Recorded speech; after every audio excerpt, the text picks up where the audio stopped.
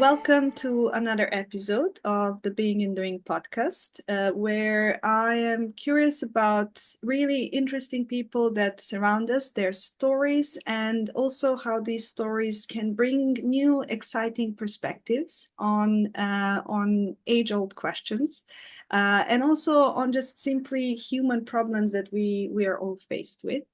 And I'm really happy to bring you today as a guest, Professor Greg Radick, who I personally, who I met on a lecture, but I also felt a connection because I would just say he cares about the same things I care about. And it's the first time I'm speaking to someone who is talking about philosophy of science, which I think is going to be interesting for all of you who's listening to this, because I think I would say, and this is like a very now personal view of, I think today we talk a lot about facts, we talk a lot about data, we talk a lot about being scientifically proven, but I think we don't talk enough about how we make meaning and how science come into being. And I think we really need a lot more critique of science, and not critique in a bad way, but critique in a let's understand how we think, how we do this thing called science. And that's why Greg is here today. So I'm really happy to have you. I'm really glad this conversation is happening, and welcome to the podcast. Thank you so much, Alex. I'm really delighted to be here. So I normally start this actually from a personal note, which is what is it that are some words you would use to describe yourself with? And those do not have to be work related, although they can be. Gosh, We're not prepared for this. yeah, that's right. We haven't, yeah, folks, we haven't set all this up in advance. Well, the word that immediately came to mind is a word that my wife and I laugh about because we met when we were both teaching English at a gymnasium, a secondary school or I was teaching at the gymnasium, she was teaching elsewhere in Prague. And at the gymnasium where I worked, the headmistress once wrote me a letter of recommendation and she wrote it in Czech and it got translated into English. And there was a line in the letter which referred to me as equanimous. And this was a lovely coinage that I guess was meant to reflect my having an equanimity. And so uh, I tend I love that word. So I guess there's two things there. One is that does express something about my character, but I have a love of language. I have a love of the English language, especially, and trying to speak well and to write well and savoring the words of others is been a major part of my life right from the start. You know, I remember kind of imprinting on my mother's library. So I'm a bookish, maybe that's the second word to say. I'm a bookish person in that I'm devoted to the life of reading and writing. And as a university teacher, I see it as one of my missions to help infect other people uh, with that love. And some of the teaching that I have found most rewarding over the years has been when I've had the opportunity to sit with others and to work through difficulties in complex texts by Charles Darwin, by Gregor Mendel, by writers in our own time, by philosophical writers. It's a real joy. And occasionally I've even had the opportunity to do that outside of university contexts. With because I think the appetite for, as you were saying at the start, for pressing the pause button and being more reflective about the sheer wonder and complexity Mm. of science is something that is widely distributed, but uh, people don't often have a way of developing it. And so I've had the very good fortune of a professional life devoted to exactly that. So I see it as a kind of moral duty to enable as many people as want it to be able to share in that conversation. But for me, books are kind of at the center of it because books enable complex thoughts to go places that we just can't access otherwise. Yeah, so maybe equanimous and bookish are two words to get us started with. Yeah. Oh, I want to ground in all the things that I felt and thought as you were speaking to this. One part of to speak to is excitement of kind of um, noticing of the things we share. I didn't know your so much about your love of language, and maybe I will start with that. Um, uh, because I was thinking, as you were speaking, I was thinking, what am Hmm. I really love the ability of people to really kind of grasp a nuanced topic and really like kind of slide it into language. And I was thinking of the word ineffable or the words like some of those words that just capture something that is really hard to capture. It's like we Yeah. strive for that, but it's some experiences are difficult to encompass. So maybe uh, to start with, what are some words that you feel uh, um, capture something that you never thought was able to be captured in language? Ah, individual words Mm. that capture something otherwise difficult to capture. Well, this is for me. This topic has come up most often in relation to the old puzzle of why it is that a language like English has to lean on German, for example, to express the concept of Schadenfreude. Why is there no word in English that expresses that delicious sense of pleasure at the bad news of others, including Mm, one's friends? Right, that's what Schadenfreude captures. And so the question arises, well, is it maybe that Anglophone peoples never experienced that? mm, And therefore, as it were, they needed the news of mm, contact with German speakers in order to discover that that was an emotional possibility? No, of course not. mhm, Uh, and yet it's the case that there just doesn't seem to be a word. So I think I've once read that there was a near equivalent a long time ago and it dropped out of English. But so mhm, those cases are kind of fascinating when a language doesn't seem out of its own resources to mm, have developed a word for especially an aspect of our of our inner life. I've also, as a historian, come to be fascinated by the um, uh, bit of folk science that mhm, a lot of people know or think they know about Eskimos. mhm, The thought that Eskimos have 10, 20, hundreds, thousands of words for snow. mhm, And this is rather fascinating because when you um trace it back historically, it goes back to the writings of the German-born but American anthropologist Franz Boas, who was kind of the great begetter of American anthropology in the early 20th century. And Boas was making a really interesting anti-racist point uh, in repudiating the racist Darwinian anthropology that he'd kind of grown up with, mm, which said that some peoples were culturally and biologically primitive. Mhm. Other peoples were culturally and biologically more advanced, and this would be reflected in their language.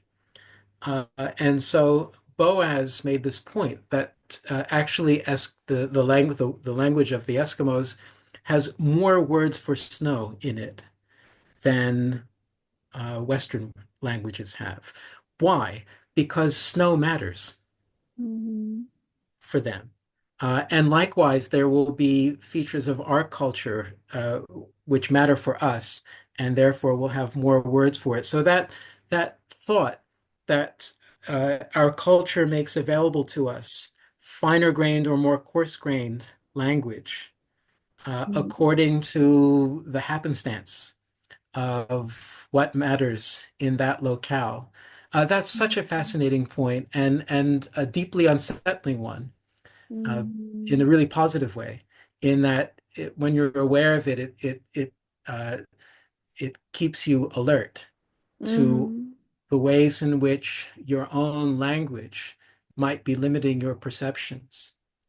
Yeah. And so it's a good case, I think, both for learning more languages, and I wish I were better at foreign languages than I am, but also for learning something of the history of science, right? Because this is Mhm. a point which is now buried away in scholarship. But I think it should be better known that this uh, point about the Eskimo words for snow Mhm.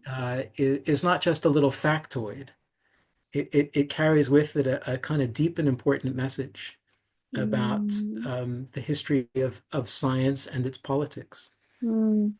I'm noticing as you were speaking, I feel like there is that's what I think I liked in your lecture and as you're speaking is that there is almost a poetic approach to facts. Hmm. And like as I'm listening to you, it's I'm listening to something that is um extremely clear spoken, but also on the Hmm. other hand, it feels like it has a deeper well, if that makes sense.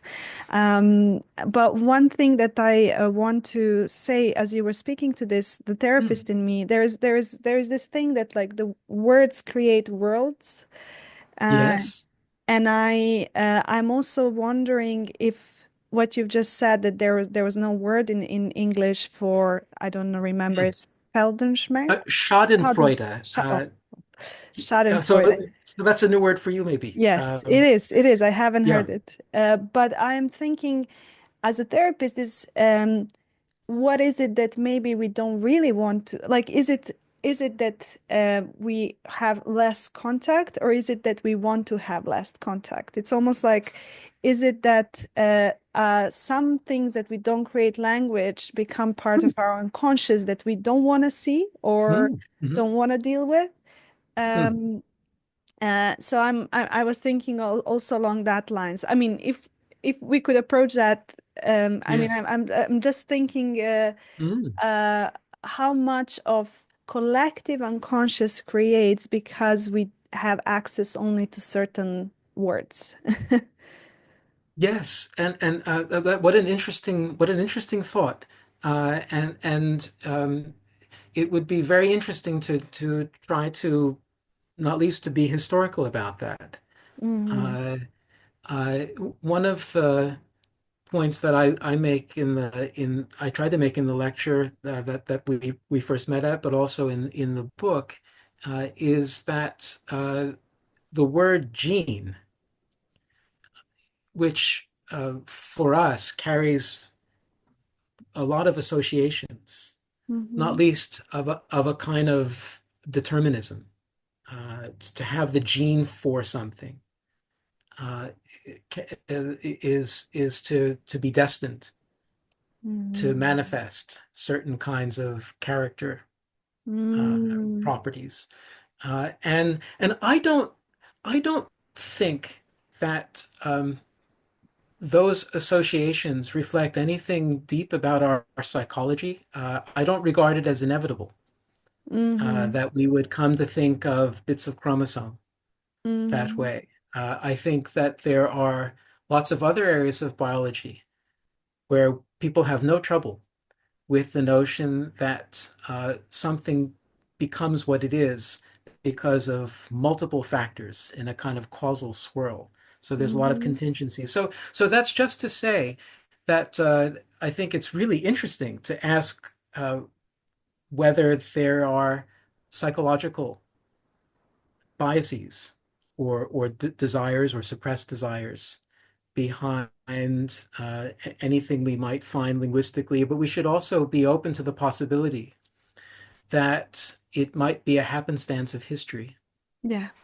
a contingency, and that if that different branching points in the past had things gone a little differently, there would now be an English word Hmm. for that feeling, for Yeah. which nowadays Anglophone speakers have to reach for Schadenfreude. And may I ask, Alex, what is your native language?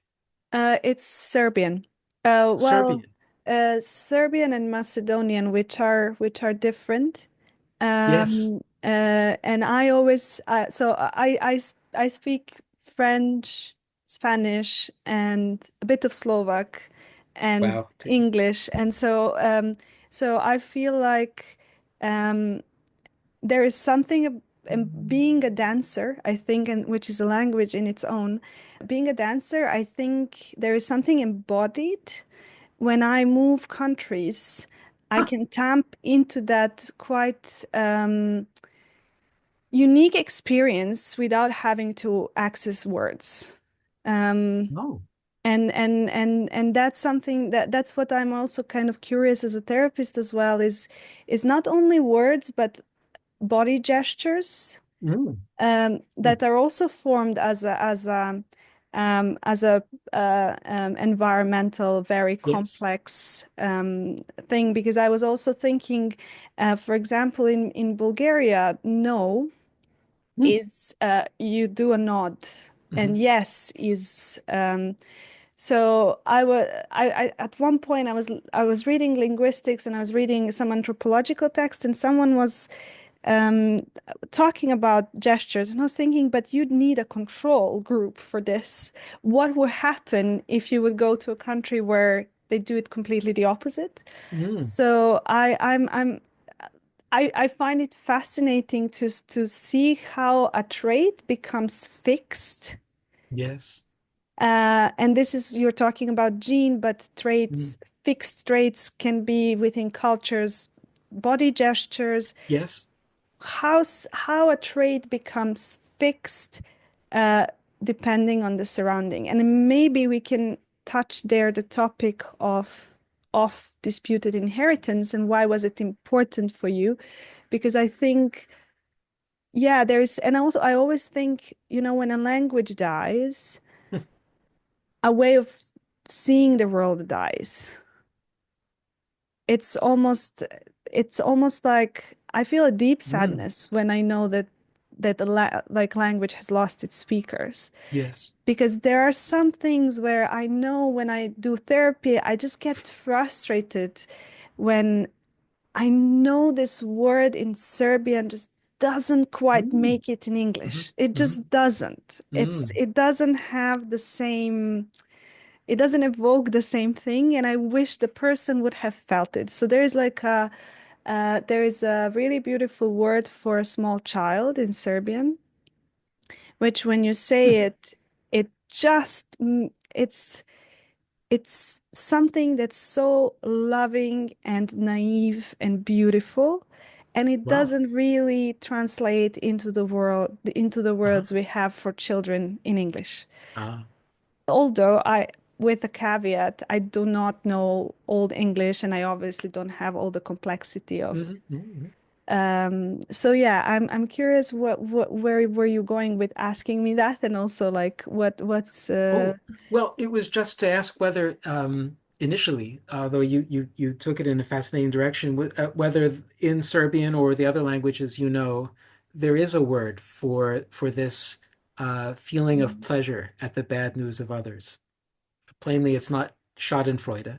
Um, mm, uh, I would need to think about it. right. From the top of my head, it doesn't it doesn't come, but Uh-huh. I think there is. Um, I will Right. if I come to it by the end of the conversation, I can. Yeah, yeah. But yeah, I'm just thinking whether there is.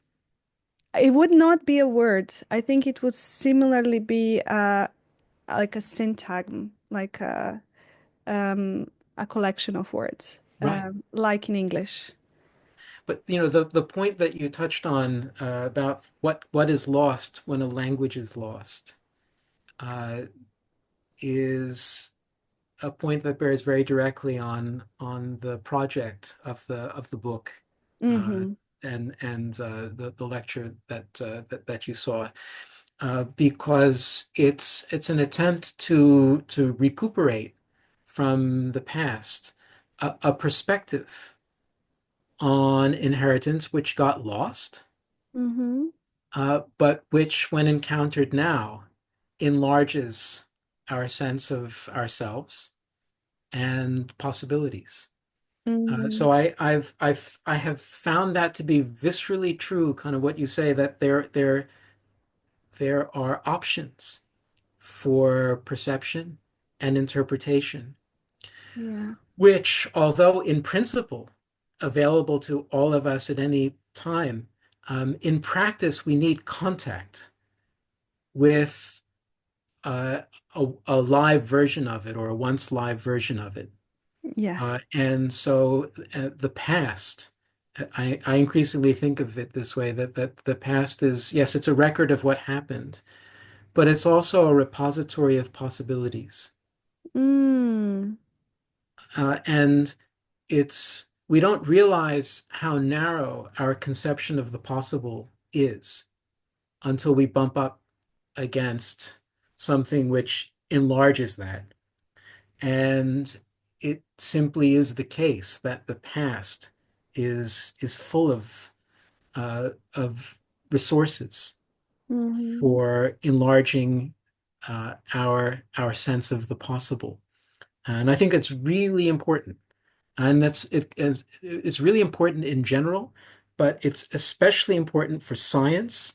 And among the sciences, top of the list of where it's important is biology and Mm-hmm. genetics within that, because genetics is a science that matters for people Yeah. in the way that atomic physics doesn't.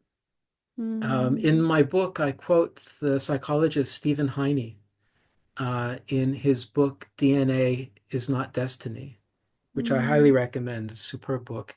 And at one point, he's talking about the teaching experiment I did, which we might get onto, where uh, I tested in the classroom the teaching of genetics in a way that didn't put Mendel's P's first, Mm-hmm. simplicity first, binaries first, and then complicated it, but instead began with complexity and context in line with the views of a guy called W.F.R. Weldon, who was in this debate over Mendelism, which the book was about. Mm-hmm. And what what what I found was that students who'd been taught this complexity first version of genetics were, on average, less deterministic about genes by Mm-hmm. the end of teaching, whereas students taught the traditional start with Mendel way were just the same at the end as they were from the start. So nothing they learned in between had disabused them of the notion that genes were destiny. And so what Heine says, and I quote him in the book, is that if a student leaves the science education classroom thinking that atoms are like little solar systems, right? This, grotesquely outdated, simplistic view of what atoms are like, it's not going to make any difference for how their lives go. Mm-hmm. By contrast, if they leave the science education classroom thinking oversimplified thoughts about genes, that can make a difference Mm-hmm. because that will affect the decisions they take potentially in the light of the genetic information that they are more and more going to be confronted by about themselves, about others, and questions to be taken about the wider world and where we regulate, where we invest. So genetics matters. I say to my students, genetics is different because genetics is personal in a way that atomic physics, isn't. And Mm-hmm. so if there is one science where we should go the extra mile to enlarge the sense of the possible by, as you said at the start, uh, making greater efforts to be critical in our reflections on what we're doing and why, whether there might be other options. It's genetics.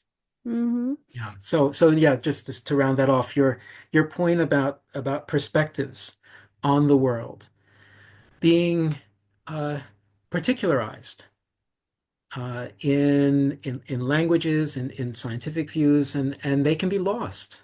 Mm-hmm. And when they're lost, our uh, the range of ways of being in the world and doing in the world uh, Mm-hmm. become narrowed, and Mm-hmm. it's important to do whatever one can to keep that from eliminating options for us. Mm-hmm. And maybe we can just unpack that further to just really bring the listeners up to kind of speed with what is it that the premise of the book is. Sure. What is that reductionism that happened with Mendel's laws coming first and Mm. becoming a fixed deterministic way of seeing the human body or nature, if you want. And why is it that you have such passion to bring more of Weldon in it? But I think it's not Weldon, it's himself. I think it's just probably just another nuanced, bigger view of how we do experiments and how we think about genetics and biology. Great, thank you. Well, Stephen Jay Gould, who's someone I adore reading, I used to say that primates are visual creatures, and you should respect that. So I hope you don't mind. I brought in a visual aid. Yes, I Um, was hoping for it. Yes. that's the this is the book that we're talking about, Disputed Hmm. Inheritance: The Battle Over Mendel and the Future of Biology. It came out in 2023, and what you see there on the cover are peas. But these peas don't look like the peas that we're accustomed to from our genetics textbooks, right? Because when we learn genetics, typically sooner rather than later, we learn about Gregor Mendel and the experiments that he did with crossbred peas at his monastery in what was then Brunn, what's now Brno, in Czechia, in the 1850s and 1860s. Um, and he gave lectures about these experiments in 1865 and published an amazing paper about them in 1866. The paper was acknowledged by specialists until after Mendel's death in the year 1900, when suddenly it became a talking point. And between 1900 and 1910, Mendel went from someone who had a local reputation in Brunn, was maybe known by specialists in plant hybridization throughout Europe and the United States, to one of the Olympians of science. Mendel Mm-hmm. became, as he remains, famous. He's on that list with Darwin, Pasteur, Einstein, right? He is the great begetter. He's the discoverer of the gene. Mm-hmm. And we still teach about his experiments, in part because they're just a beautiful example of scientific reasoning. Mm-hmm. Um, and you won't find anyone who reveres Mendel's paper more than I do.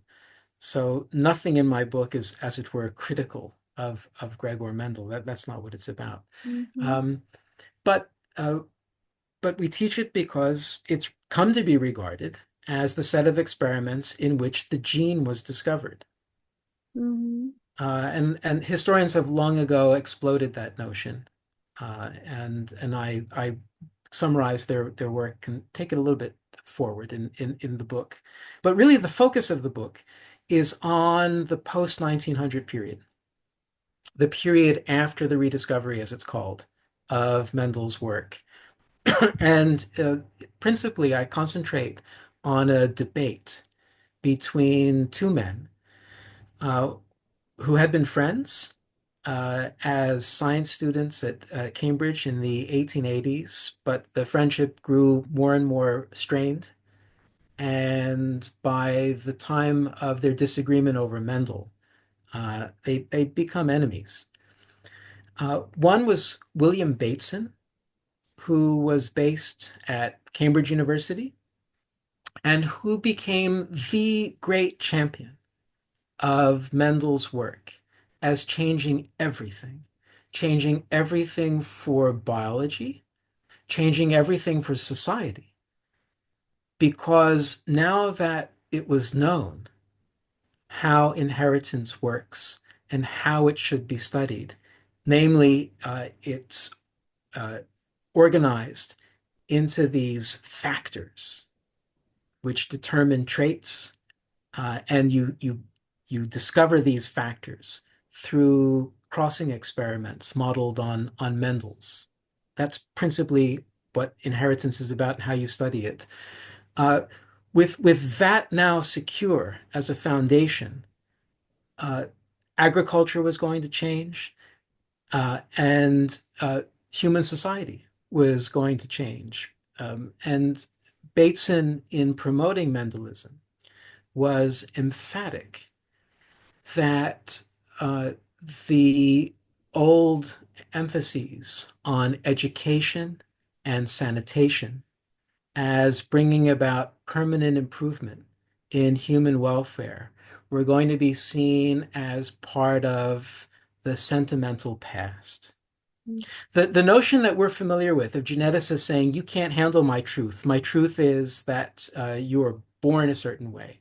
Uh, Mm-hmm. that starts with William Bateson Mm-hmm. and his students at Cambridge, who over and over again stress that the social meaning of this new science is that we're going to see that human progress depends on breeding, Mm-hmm. on rationally elucidated and managed breeding. Mm-hmm. Uh, so that's Bateson. What about Weldon? Well, Weldon uh, is based at Oxford University by 1900. And he took an immediate interest in the buzz around Mendel's paper.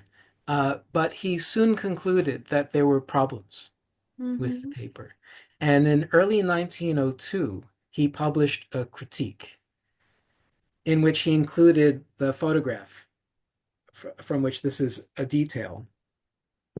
And what he argued was that uh, what Mendel's results showed is not that Mendel had opened a window onto inheritance at its most basic, which is the view that Bateson had, which is the view we're familiar with from our textbooks, but rather that the choices Mendel made about which varieties of P to concentrate on and which to exclude, which traits to concentrate on and which to exclude, which conditions under which to raise his P's and which not to, all of that added up to his getting the results that he did. So in other words, it's not so much a window as a mirror. Mendel's results mirrored back to him the choices he'd made. And had he made different choices, he would have got different results.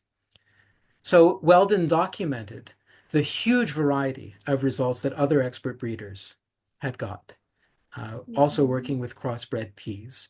Uh, that photograph shows peas that he'd collected from other breeders. So what Weldon documents in the longer version, you see it even more, is that rather than the color of pea seeds being just yellow or green, these binaries, the binaries that Mendel worked with, the binaries that we anchor students on still when we begin teaching Mm-hmm. about genetics with Mendel, that other people's pea seeds didn't look like that. And that if you didn't observe real pea seeds committed in advance to Mendel's categories, you didn't just see yellow or green. What you saw was a spectrum Mm-hmm. going from deep green through to intermediate states, right on through to a deep yellow.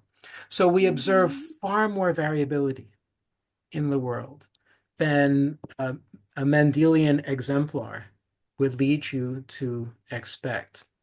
And so what Weldon does in critical dialogue with Bateson and his allies is to develop an alternative perspective on inheritance in which we see Mendelian cases not as the great generalization around which to hang everything else, but as a special case.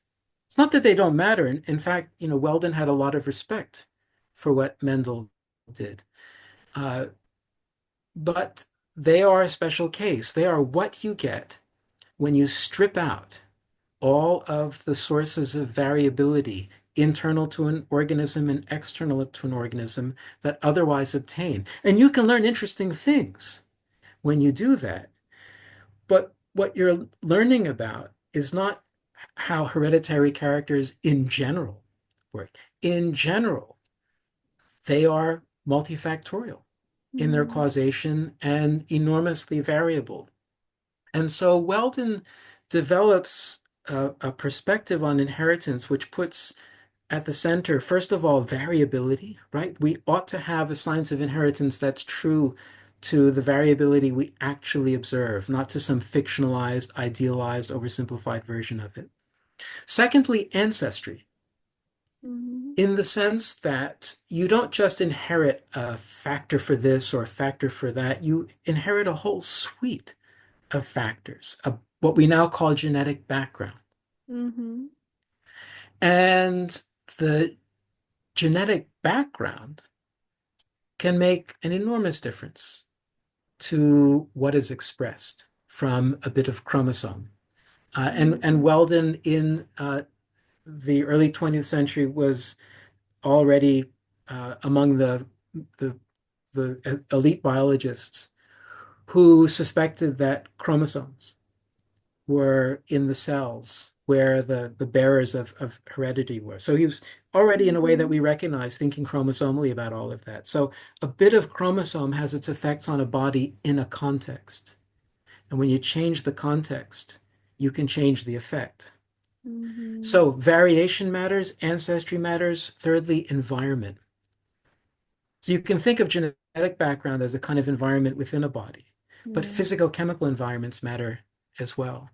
And Mm-hmm. when Weldon uh, addressed a general audience about inheritance, and I was thrilled when I discovered that a document that I had of Weldon's, which had been misclassified in the archive, was very probably the draft of a lecture that he gave in Belfast on inheritance to a general audience in 1902. What does he start them off with? He doesn't start them off with Mendel's peas and then complicate it. He starts them off with the water flea, Daphnia, and tells his audience about experiments done with Daphnia by a student of his some years before. And what they found was that as these little water fleas um, grow and the water in which you keep them gets more and more polluted with their wastes, their spines shrink until eventually you get Daphnia born that are spineless. But Weldon tells his audience, if you then take a spineless Daphnia and remove it to clean water, its offspring will be fully spined. Furthermore, the length of the spine in a fully spined Daphnia will be different depending on which variety of Daphnia you're dealing with. So, what are the take homes for Weldon as he spells them out for his audience. What he says is that now what you see when you think about the Daphnia case is that the length of the spine is not purely inherited and it's not purely acquired. Mm-hmm. It's a joint product of the environmental and the ancestral. And Mm-hmm. if you leave out either side of that, you're leaving out something crucial. And well, what you need to say is that the length of the Daphnia depends on the particular variety that it's from and the particular environment that it's Mm-hmm. in. We need to have both. So uh, you come away with a very different sensibility around inheritance, depending on whether you're thinking about Punnett square style uh, analyses of Mendel's P's, in which the characters you're concentrating on are these blocky binaries, right? Yellow, green, round, wrinkled. And causally, nothing matters except which bits of chromosome are present. Mm-hmm. Uh, you get a very different uh, sense of what inheritance is about when you're anchored on that as an example versus the Daphnia case, Mm-hmm. where you see at a glance, right, in a way which is conspicuous and unmissable, that environment matters absolutely. Environment both in the internal sense and the external sense. That phenotype, as geneticists call it, right, the expressed character, is the variable upshot of particular combinations of genes, genotypes, in particular environments. And that's always the case. And when it doesn't seem like it's the case, your curiosity should be excited. Mm-hmm. Uh, so, so Weldon was making this making this argument, developing this alternative perspective through the early years of the 20th century, often in a very fraught way. It was emotionally demanding to be in battle. Mm-hmm. And the subtitle of the book is The Battle Over Mendel and the Future of Biology. And one of my goals in writing the book was to, in that part of the book, to bring the reader into the thick of a scientific battle where the stakes are high, where one's reputation, right, is being trashed, and yet trying to move forward because you think what you have to say is important, and where there are highs and lows, and there is contingency, the accidents of history, because Weldon came very close to completing an amazing book, setting out this alternative perspective, and then he died. In Mm-hmm. the spring of 1906, this otherwise robust 46-year-old man who, for relaxation, would go on 20-mile bike rides, a fit and healthy man, um, caught pneumonia and died. And so the book uh, never got finished. It never got published. And the Mendelians, as they were called, won by default. Mm-hmm. One in the sense that it's the Mendelian organization of knowledge that came to be the standard universal one, which is to say, you treat as central and exemplary the P case, right? These binary characters exclusively caused by genetic differences, and treat other cases as peripheral. Mm-hmm. No one's in denial about them, but they're not central. That comes to be taken for granted as the way that, even obviously the way that you teach, even indeed the only way to teach things. So that's what the book is about. And Mm-hmm. it seemed to me really important to tell the story in a new way, in a way that restored Weldon's own sense of what he stood for and why it was important. Because we now live in an era in which we know that uh, a chromosome does indeed have variable effects. A bit of chromosome has variable effects depending on context, and that's really important. It's really important not to treat phenotypes as simply read off from genotypes because it's false. Mhm. And again, bad decisions across the board can be made because of this misleading sense of Mhm. the deterministic power of the gene. And a book that made a big impact on me um, when I was just finishing my own graduate studies was Evelyn Fox Keller's book, The Century of the Gene. So Evelyn Fox Keller is a total one-off of someone trained in physics who became interested in feminism and science, and then brought that critical sensibility to biology in general, but to genetics in particular. And in The Century of the Gene, which was published in 2000, so it was just as the Human Genome Project was coming to an end. Uh, she wrote a goodbye to all that. So she called the book The Century of the Gene by way of saying that the 20th century belonged to the gene and it's now over.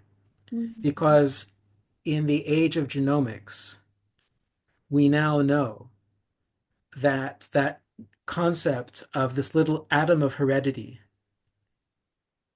marching through the generations, you know, causing traits, uh, is false. That just doesn't fit the much more complex picture of biology that had emerged through the latter half of the 20th century. So reading Fox Keller, I thought, well, by the end of the 20th century, it appears that the science of inheritance has outgrown the concept of the Mendelian gene, and indeed that the persistence of this concept is pernicious. At the same time, I become aware, not least through teaching, of this picture and a sense that this picture didn't fit with standard notions of what Mendelism was about. And so I began to wonder, well, if at the end of the 20th century, the concept of the gene, in that Mendelian deterministic sense, isn't needed, doesn't fit with what we know, and indeed is seen to be problematic. Um, what about the beginning of the 20th century?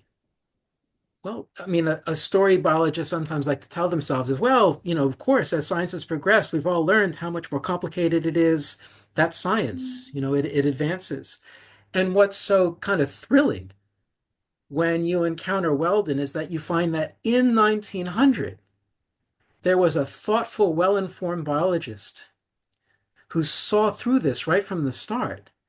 Weldon thought that if there was one thing that was well established in the classy biology by 1900, it was that tissues have their effects in contexts. And so from his point of view, it was a massive backward step to suddenly reorganize our knowledge of inheritance around these patterns in which none of that mattered.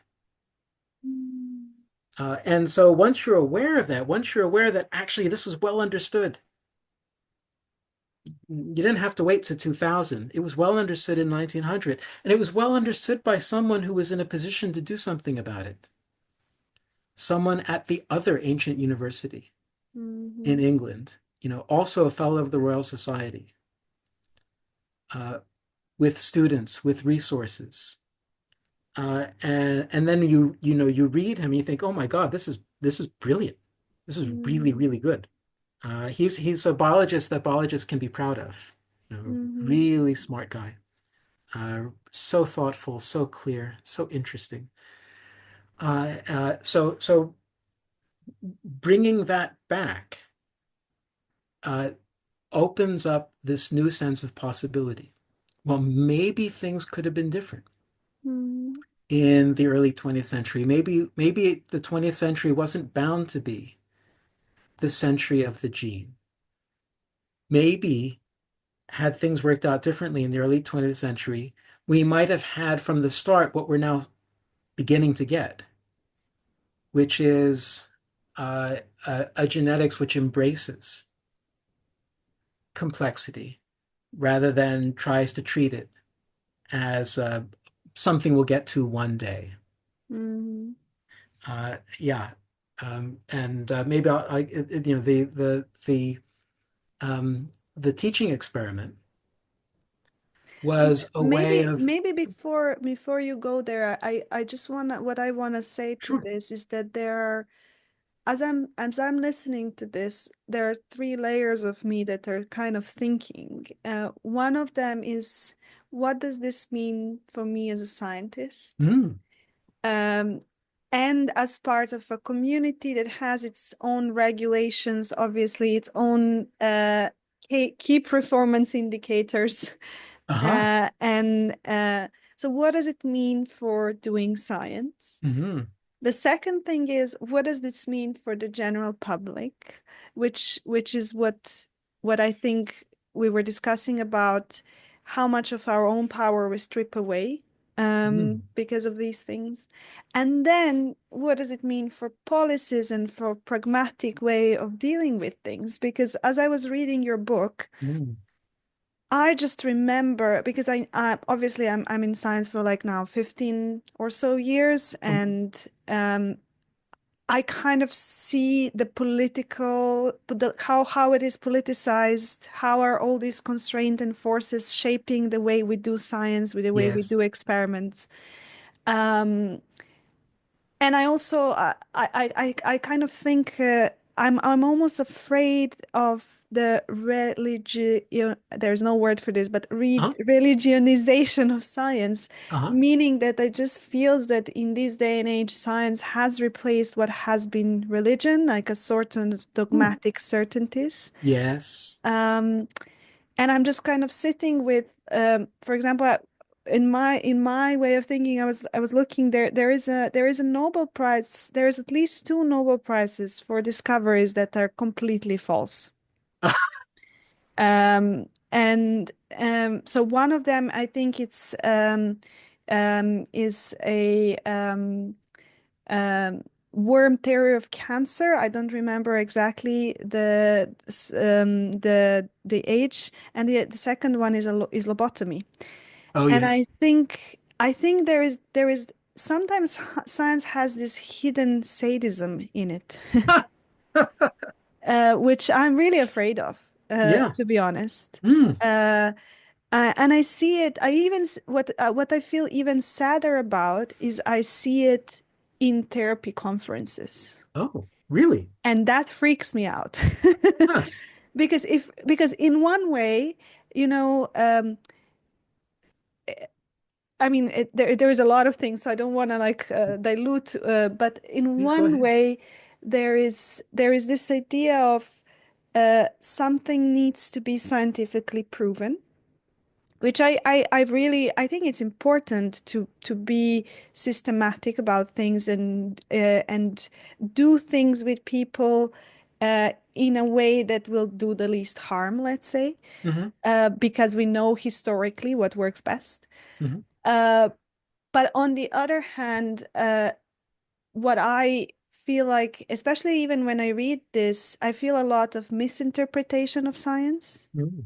I feel a lot of, you know, when you're not really, as you're showing those P's, I know when Mm. I'm in the lab, I know the purification that needs to happen for me to Yeah. get a certain Uh-huh. result. Hmm. And I know the complexity that I need to cut off to and that's like and actually that makes me always extremely anxious. It just Yeah. makes me, anxious to constantly have to simplify something that in my hands, under my Mm, microscope, mm. is extremely complex. Yes. So I guess I feel like I feel, and I've been working in I would say the world's leading universities, and I Mm. feel what's missing for me there is that kind of scientific curiosity and what ifness. Yes. What if this is wrong? What if we're wrong? And the ability to be really okay with being wrong, because as I was reading Mm, the book, mm. I could see the stress of, like as you said, the toll, the psychological toll Yes. on Wendon. I felt it. I really, like, as I was reading the book, Mm, I know exactly. I mm, know it. I physically know that feeling mm. of, and I think that's the constraint of the need for certainty. The need for Yes. certainty and not having a scientific personnel educated to be okay with uncertainty, but also again coming to policy, not having politicians that know how to handle people in distress. Because a person in distress very clearly needs certainty. Mm. They need Yes. to know it's going to be fine. We have the solution, because that person at that moment of distress does not have the capacity to give that to themselves. Hmm. But then I guess some people just use that to their advantage, and then it becomes politics in a way that is, I mean, Yes. politics is great and it can work really well, but then I don't even think that's true politics. I would just again come back to that becomes then sadism, really. Mm. So I guess there are all these things that are in your book that as I was reading, I Mm. was thinking, and I'm just Mm. noticing even my own, like, well, if not Mendel, then what? Like, Yes. I think there is a lot of that thing in like in our sense of in identity as scientists, how much we are married to, and you said it in your lecture, when those things, simple things just click, Mm. your Yeah. experiments just click, and Hmm. there's that sense of satisfaction Yeah. that you've just finally gotten a certain answer. Hmm. And and but most of our work is not like that, and most of that work is actually not shown to the public. Mm. And we could, Mm. we could also see that those all of those problems with COVID, um Yes. and I guess I'm wondering, what can we do differently Mm. so that we don't come to this? Because and the last thing that you've said, which I think is really important, is we knew this, and that's what I always feel sad about. Mm. I mean, if we like, I believe that if we stop, like if we stop doing, like even if we stop just doing science and sit down and start really just analyzing all the data we've collected so far, Yes. all the knowledge we have so far, we Mm. will have enough material for the next 100, 200, almost like really enough material Ah. to go with. Yeah. And I'm just wondering, in this haze of doing and all the Mm. plastics we're trashing, like I always think about like the difficulty of really doing science is like you need to have that the more sterility you want to Hmm. involve, that's the more energy you need to invest in. Da, da, da. And I'm also missing that moment where you can just retrieve and that's respected. It's almost like Yeah. I feel sometimes as a scientist, I'm just like a factory worker that Yes. just needs to pump up these results without really having space, as you said in the beginning, to pause, to reflect, Yes. um, to really look at what is the data telling me. And I, Hmm. I always I know that science was always an elite, um, especially biology is always was and is will be expensive. Hmm. So in a way, it's an elite thing to do. Yes. Um, so I guess there are so many layers to what you're bringing, Mm. and I'm wondering, with your experiment, which I think that's why I wanted to pause you, maybe you can Mm. speak to, Mm. and maybe from your experience, because on one hand, I've noticed a resistance also in I can see, I can see sometimes how science is not used in the places where it should, and Mm. then is used in places where it shouldn't. Ha. And it's those things where I always say as a therapist, a part of me, I would say, first of all, therapy is almost like science in the service of the person. Uh-huh. And the second thing is sometimes therapy is where science stops, Hmm. where there are those things where I don't think some things at this time with these tools we have are amenable to scientific inquiry. And maybe I'm wrong in that, but it's all, I think you've used that metaphor in your lecture where Mhm. it's you're a person is looking for their keys and Yes. they're on the opposite side of the street where they lost them, and Hmm. then you just ask them, well, why are you looking on this side where you lost them on the other side? It's like, well, where this is where the light shines. Hmm. And that's where I sometimes feel is like Yes. there is a boundary to what we can shine light on Hmm. using science. Yes. It's not small. I think there is an immense power in what we've already achieved using science. But then also, how much do we disregard if we Yeah. only focus on what science can offer? Mm. So there are a Mm. lot of these questions that I'm sitting with, which I think the book really kind of goes into. Mm. Um, and I think there are just questions that may not have answers, but if Mm. if we don't speak about that complexity, if we don't Yeah. hold that paradox, I feel then a lot of decisions um, can be made, and it's you've as you just said, it will shape the choices we make, Yes. and they might not be the one that serve us. Wow, Alex, what a beautiful set of responses. There are a number of things I want to say. One is that I'm thrilled that the book kind of gives permission Mm, to people like you, people in the position you're in, to express these dissatisfactions. mm, It's I've experienced this most vividly working with teachers, mhm, for whom I sometimes do enrichment workshops. And it's a self-selecting group, right? These are teachers who think that they have something to learn maybe about how to mhm, teach genetics differently. But there is typically a moment in the conversation when suddenly they're able to talk about the discomfort that they feel in having to collude in fictions yeah, about what the world is like, that the students can see that eye color is not brown or blue. Everybody knows that. And yet, when you're teaching for the exam, you have to collude in the fiction that it is, and that it all follows these simple elementary Mendelian rules.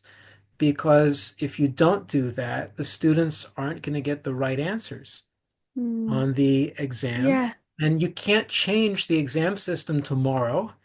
And time is finite, and you have a duty as a teacher to ensure that your students can go on to whatever they want to do next. yeah, And so uh, to give them a space in which they can talk about how uncomfortable this makes them, that factory worker sense that you express. But it's worse than that because it's about science, yeah, supposed to be how the world truly is. yeah, And going back to something you said at the very start of our conversation about the philosophy of science and what it can do for the sciences, is that I often think that the history and philosophy of science addresses the awkward questions which mm, come up in the laboratory, in the lecture room, uh, but which, given the business at hand, nobody has the luxury to attend to, and a lot of people just don't want to go there. They mhm, really find it tedious to be reflective, but there will be that portion of people who welcome the chance to stand back and ask about this. And I want to make a recommendation to you. Mm-hmm. Uh, because of the kind of philosophical training that I've had and the philosophical company that I keep, on the whole, Martin Heidegger has not been someone that's close to my heart. But once I had the opportunity to co-teach with a friend of mine, and he recommended that we teach this piece of Heidegger's, which in English is called The Age of the World Picture. Mm-hmm. And because I had enormous respect for him, I went with his suggestion. And I was quite taken aback by this piece, because in a way that was familiar to me from more recent writers, it beautifully captured this sense that reason isn't something that has progressed, from antiquity to now. It's changed. That ancient reasoning was different from medieval reasoning, was different from modern reasoning. There is change, but it's not, as it were, a linear Yeah. progress. But what stays with me is that in writing about modern reasoning, Heidegger captured something of the life-sapping insanity of research in the modern sense, in the way that you came close to expressing, the sense that you have imposed on you a kind of grid, a grid that makes the world investigable. Yes. Yeah. And it's in the nature of this grid that it always generates more work. And we are busy. And I'm in English, the translator used this word busyness with a Y, that Mm-hmm. lives are passed in the busyness of research. Mm-hmm. But the whole thing takes place within this grid, which of its nature means that we find out about certain things in certain ways and don't find out about other things in other ways. But what I hadn't expected to find Heidegger so perceptive. I also hadn't expected to find it so poignant. But it was not just illuminating; it was moving in the way that it captured something of this existential sadness of a life expended in the service of the grid. Yeah. So I want to recommend that to you. I want to commend you for talking about that. I also I want to express my own hope that you hold on to this because you'll continue to advance in your scientific career, and there will be a moment when your cohort can begin to do things differently Mm-hmm. if you hold on to the desire to do it differently. Mm-hmm. Uh, uh, and keep that desire warm somewhere. Keep it alive, feed it, Mm-hmm. and take heart from the idea that there will come a time when you'll have more agency. Mm-hmm. And as a matter of as an institutional matter, you'll have more agency. But what's up to you is whether you exercise it or not. And that's where keeping hold of this matter, because you could just go with the flow. Yeah.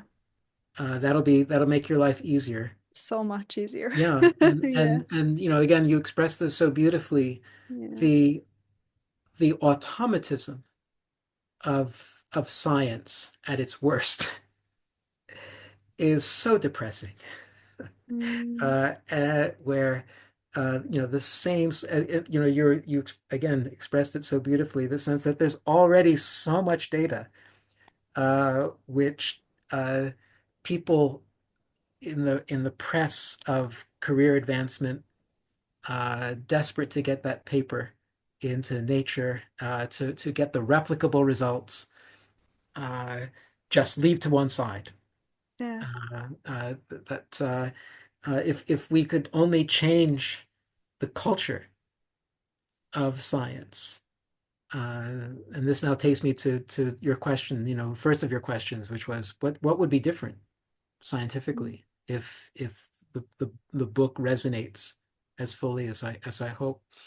You begin to think, well, what would it be like if science were organized in a way that uh, took seriously what science itself is telling us Yeah. about the value of complexity. Yeah. So let's so I and perhaps we could put And the two, yeah, and please go ahead. one thing which I think we as biology scientists Mm, forget is if we would take seriously what science of human beings telling us, yes. which is that we are meaning-making creatures that Mm, feeling that meaning with previous experiences, meaning we are extremely biased by how we have ah, been brought up. And yeah. I think this is also a part of, I think, biology and hard sciences, if you want, that is also, I feel like it doesn't bring the human in. Yes. It I do feel like a factory worker because I Mm, think it's also it's that is embedded in the field that we are objective, whatever that means. mm, Um, uh, and I like the word unequanimous because in Gestalt therapy we call that creative indifference. oh. um, because I think that's important. But I think I really like in my Gestalt training there was a really great actually body experience where Huh? when one of my trainers said, "Imagine you're trying to really hard push away something." Mhm. That you just don't want to see it, and you are investing so much energy and like really like look how your hand feels, Mm, but if you bring it closely here, huh. it's a completely different feeling. And I think that's where I feel the most resistance and maybe the least where I see the least training um, is in how am I with all my history shaping this Mm, meaning that comes from the data, because the yes. data is always incomplete, Yeah. always incomplete. Yeah. And therefore, I feel a lot of people don't really have support, true support, in the sense of let's address these hard, complex questions and let's sit with the difficulty. And I think a lot of people get burned out, not because doing science is hard, but Huh. I think what's hard is constantly pushing away something that we see. Oh, that's fascinating. And I think that at least I'm speaking from just my own experience. Yes. Um, it's just it takes all the joy out of me. It's Yeah. like I can't be like, yeah, but this and how do you think this fits in? And then just people are like, oh well, it doesn't fit for my grant, almost like. Yeah. And then there is like all that awe and wonder that you spoke in the very Yes. beginning. It just gets sucked out of me. Yeah. And I've seen a lot of incredible people, incredibly smart people that just get expelled by the system exactly Wow. because of this. Yes. And these are the things where I'm just kind of uh we we talk about being scientists and but we don't really take, as you said, into Yeah. account what science tells us, Yes. which Yes. uh Yeah. well, science of human beings, which is psychology or even just like human experience. And Yeah. yeah. Yeah. Wouldn't it be great if science caught up with itself? Uh, Exactly, huh. exactly. Because I mean, I really, I follow. I mean, I like the to have this span being the therapist, but because there is also something we in therapy they call it there is practice, there is evidence-based practice Uh-huh. and practice-based evidence, Huh. and Right. we don't speak about the practice-based evidence because So it's the things almost you learn about people in the course of of actually being their working with them. therapist. Yeah. Exactly, Right. which is that's the way to not negate all the curves and the colors and the Oh, shapes and the right. because that's where you are with who you are when I Hmm. remove all of my generalizations. Mm.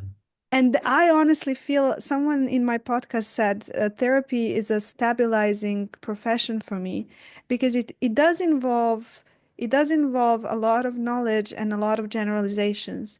Uh-huh. But it also gives you the other polarity so that you don't need to exclude it, which is I can just sit with this complexity, talk Yeah. about it.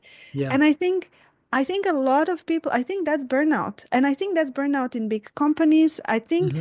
burnout is really coming from wanting to make things simple when they're not. Oh, And kind of like just investing so much energy in eliminating complexity. It's almost gosh. like if you think of entropy, it's like things just want to be chaotic Yes. and we want to have control over the chaos and somewhere that's necessary. But in a lot of places, I feel we're burning out more energy than we need to because Huh. we are trying to control things that are not necessarily need to be controlled and they just need a culture change. Gosh, that's so interesting, Alice. I never thought about that, there might be benefits for well-being Oh, absolutely. I mean, in I know this is practice-based evidence. yeah, yes. Oh, that's so fascinating. A colleague of mine called Hasok Chang, who's now at Cambridge, has a proposal which I'm very sympathetic to, which he calls the history and philosophy of science as complementary science, complementary with it with an E. And the basic thought is this, that there's this irresolvable tension uh, over science, which is epitomized in the positions of Karl Popper and Thomas Kuhn, Hmm. where Popper says, look, everything should be up for grabs for criticism all the time. You shouldn't be allowed in the sciences to treat anything as sacred, as some kind of dogma, right? Hmm. Everybody should be critically energized all the time. That's how you make progress. Kuhn says, nonsense. If everybody criticizes everything all the time, nobody makes any progress.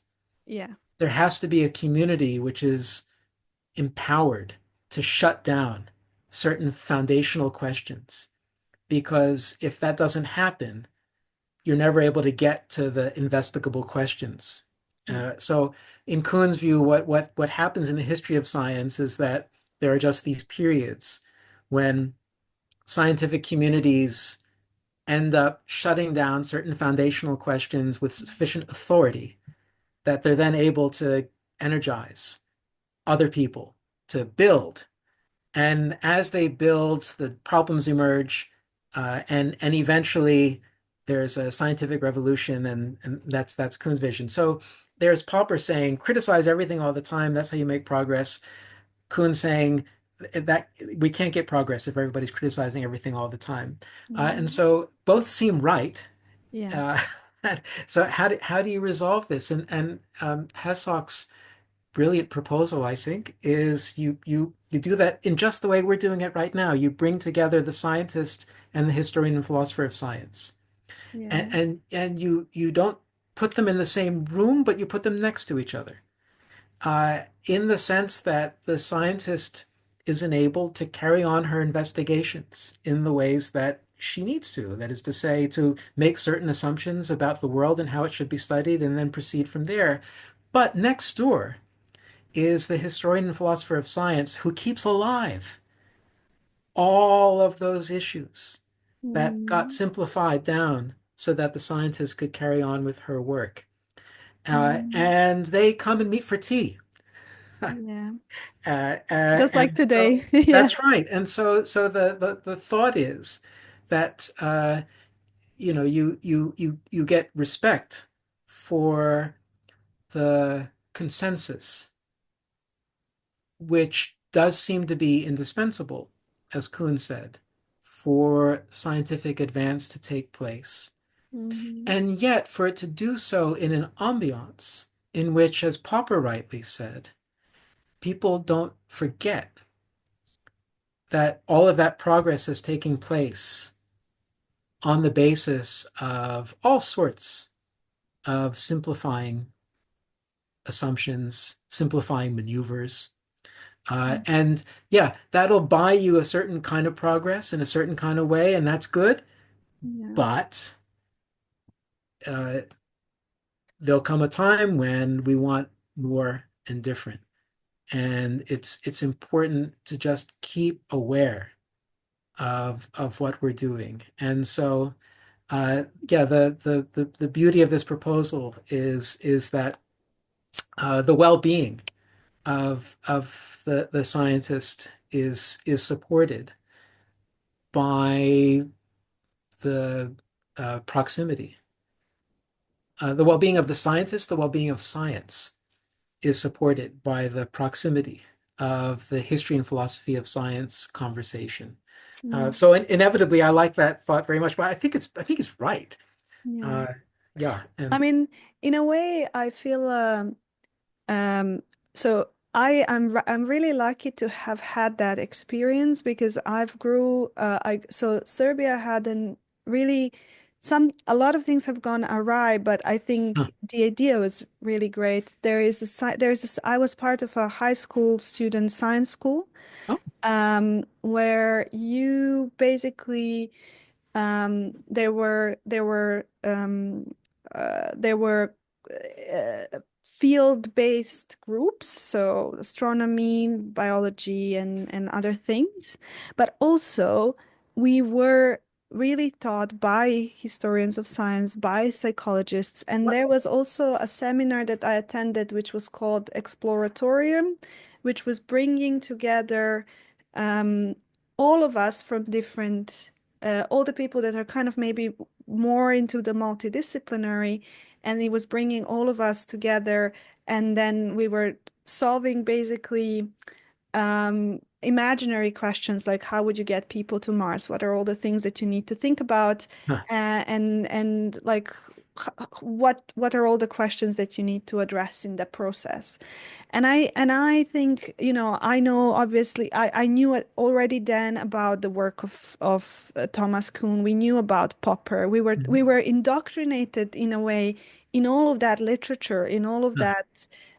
in all of that work. And I feel um, I feel that the way we also now educate PhDs, it really because it's Doctor of Philosophy at the end Yeah. of the we're really missing the philosophy. I think a lot of PhD trainings do not have a component of philosophy of Yes. science. Um, so I guess it's all of those things that I'm seeing is as a like it just feels like there is there is again coming like it's like a factory that people are run Yeah. through, but it's we don't really think about what are we running them through, what is it that we want them to go out with. Again, obviously time, money, and all these kind of restraints and what happens. But I really believe, again, being a therapist, I think it just feels that it looks like much more effort Yeah. for a university or an institute, but I really believe it isn't. No. It's just because no one has tried it. It looks like an unsurmountable amount of work. Um, And I it comes. yeah. Go ahead, please. No, that's it. Well, and and it comes to at a certain point down to whose interests are being served. Yes, that's Yeah, there'll be an established order yes. who don't invite critical questioning, Yes. how do you ensure that the next generation of factory workers comes along in a way which means that they are most productive from the point of view of the established order? Well, you educate them in a way which suggests that what they're being given is the best possible education. The set of options they're being given are the only options. And so they settle in. Yeah. And it's unsettling to introduce them to other possibilities. Mm. And so again, to echo something that I said earlier, they'll come that moment in your Mm, cohort's advancement when you will have the chance mm, to do things differently. mm, And I, your experience, your example, uh, uh, illustrates something that I believe, and when I get the opportunity, I preach, which is that science goes better for contact with history and philosophy of science. And I once made this argument, an inductive argument, as philosophers said. So, building up mm, from evidence. Take three of the most powerful scientific minds of modern times. Charles Darwin in biology, Albert Einstein in physics, and maybe just not quite as inarguable, but almost in the same class, Noam Chomsky in the mm, human sciences. And you are dealing with three of the most philosophically informed scientists in their mm, generations. And my view is that that's no accident, right? That mm, that being philosophically literate is a way into creative critical thinking that mm, can translate to fundamental advance. mm, To be a transformative scientist is precisely not to be the one that goes with the flow, that takes mm, for granted all the things that your teachers expected you to take for granted. And it means precisely being the person that thinks around that and outside that and through the other side of it. mm, And philosophical literacy, based on the evidence of a Darwin and an Einstein and a Chomsky, seems to be a very powerful way mm, of getting to be that kind of a person. But mm, as I said, it's not always in the established order's interests mm, to educate people in that way. But you're heading for the established order. You'll be there one day. I'm part of it. mm, And but then you'll have your moment, and you can be an mm, unsettler in a very positive way. And mhm. I'm delighted to know that about your own education. And does it carry on this high school? Yes, yes, it's still there, Mhm. and it's actually I feel it's something that it's um, an experiment not many people know about, Mm. but it's one where I feel I've gained a lot from that, but then it also obviously had its own drawbacks, Ah, institutional drawbacks, and I think that's the problem when something kind of is not in the system and not mhm. regulated. Obviously, there are Ah, drawbacks to that as well. yeah, yeah, sure. So I think that there is always that leaning between safety Mhm. and trying to do something novel and different. Well, someone once parodied the precautionary principle as saying, never do anything for the first time. Yeah, exactly. And, Exactly. and it's true, if you never do anything for the first time, then you won't end up in the difficulties that follow. Yeah, exactly. But it's in a way, that's another thing. It just I wonder if what we are talking about is something people are trying to say for the first time, because that's the thing that I always feel like um I I f- I feel like I'm speaking to something that's always there, and every generation needs its own speaker. I'm currently reading Wicked, and I Oh, think it's actually extremely philosophical. I mean, I watched the movie and I did not expect the book to be such a um uh I think very covered metaphor for totalitarian systems. oh, It is absolutely incredible, and he talks about difference. He talks about variability. He talks oh, about it's incredible because, for example, Elphaba, the main character, is green, and there is a part in the book in which the one person reflects, what if her greenness is hmm, actually normal? yes. And we on the outside talking about genes and talking about something, how do we define normality? Yeah. And if we work in binaries, which is Yeah. Yeah. what you were explaining, how many people who are outside of a visible binary Yeah. are suffering that binary world, Yeah. view world. And I've worked with many clients where I know how damaging that can be. Yes. So that's where I feel like it just feels like every generation needs to constantly work on remembering. Not, I feel like it's almost Well, like and excavating. I think that's right. And I think one of the features of the proposals I make in the book that I'm kind of proud of and that I feel is important is that this cycle of rediscovery uh, that actually we are so variable. Organisms are so variable, and we are so variable because the causes that make us are so numerous and so diverse. Uh, from Weldon to now, there have always been people sounding this message, and as you say, kind of Mm, rediscovering it for themselves. As I say in the book, it's the news that stays new. yeah. Why?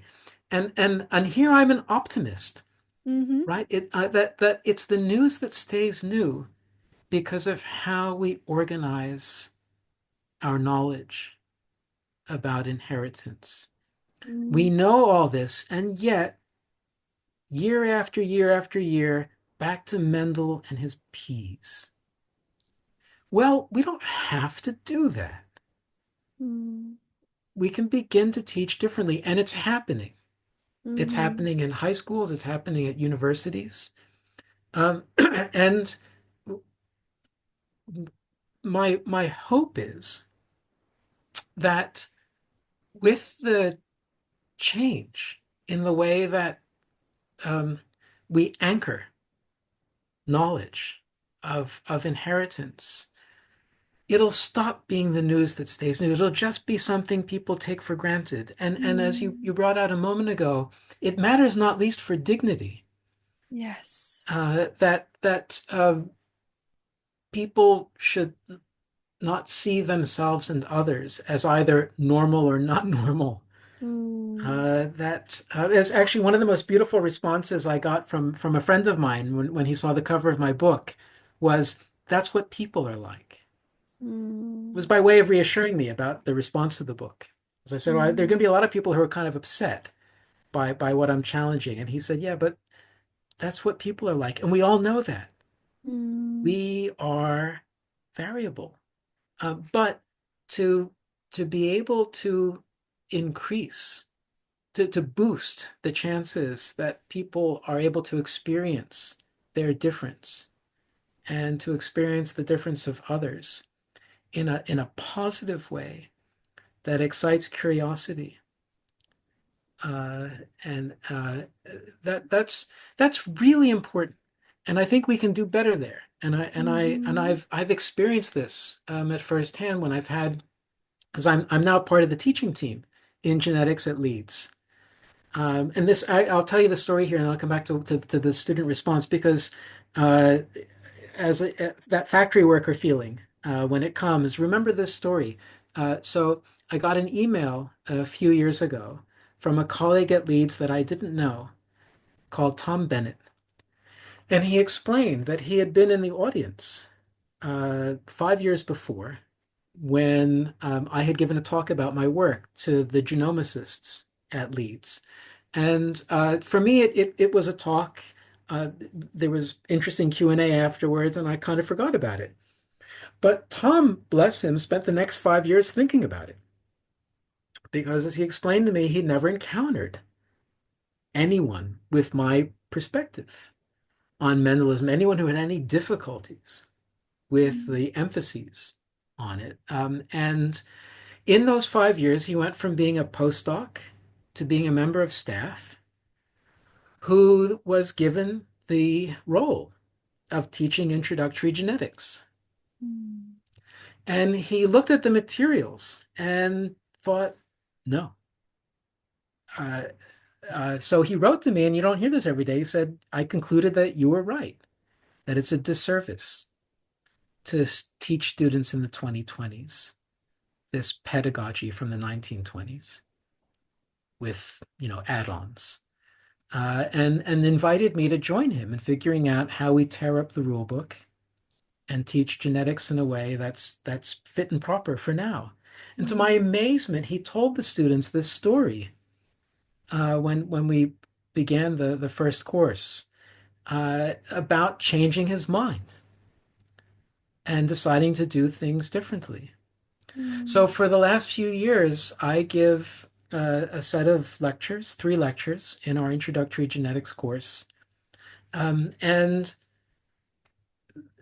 a few times I've had students with disabilities uh, who've come up to me afterwards, excited because the things I was saying about incomplete penetrance and variable expressivity uh, as ubiquitous Mhm. and as phenomena that should again inspire us to learn that all of this huge variability in the human, not least, is out there waiting to be investigated.